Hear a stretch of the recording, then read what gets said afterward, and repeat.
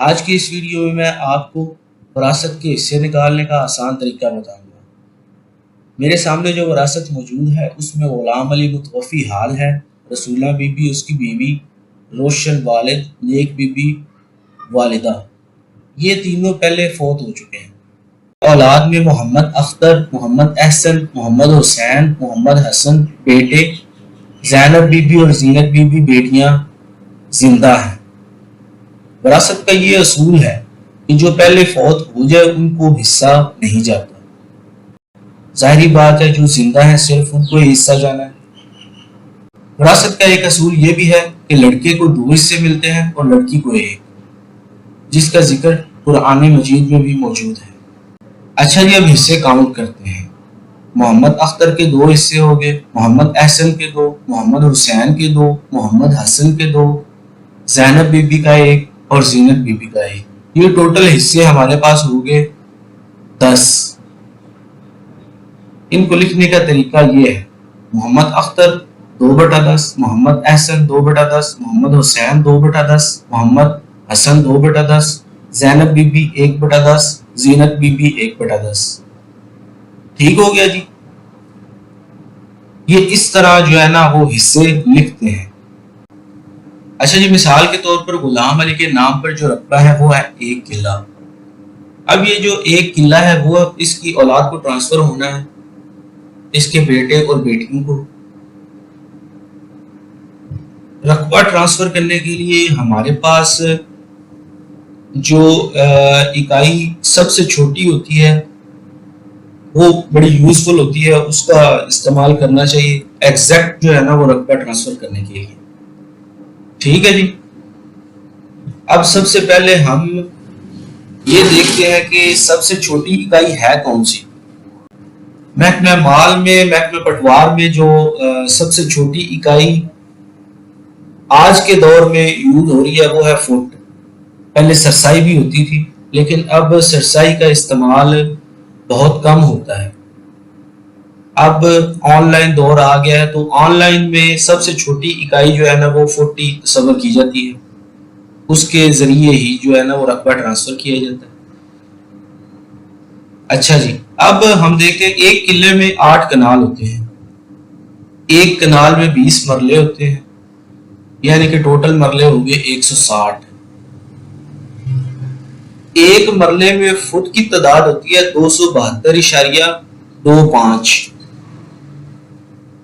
ٹھیک ہے، بعض اوقات جو ہے نا پٹواری حضرات 272 فٹ ہی استعمال کرتے ہیں لیکن وہ غلط ہو جاتا ہے، اس میں رقبے کا نا وہ فرق آ جاتا ہے تھوڑا بہت، لیکن آ جاتا ہے۔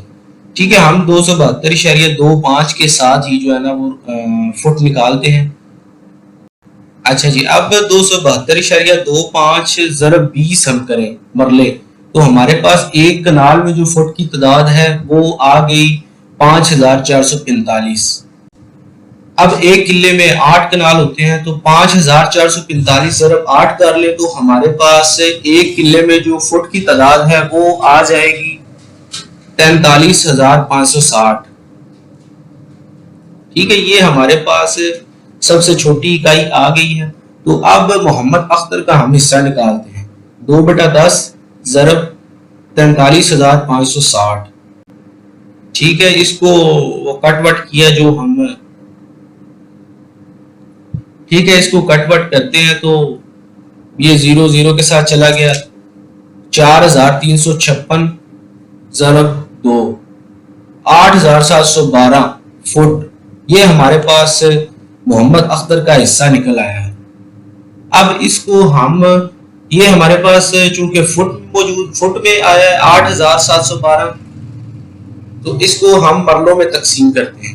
8712 تقسیم 272.25 تو یہ ہمارے پاس ایگزیکٹ جو ہے نا وہ رقبہ آ جاتا ہے 32 مرلے۔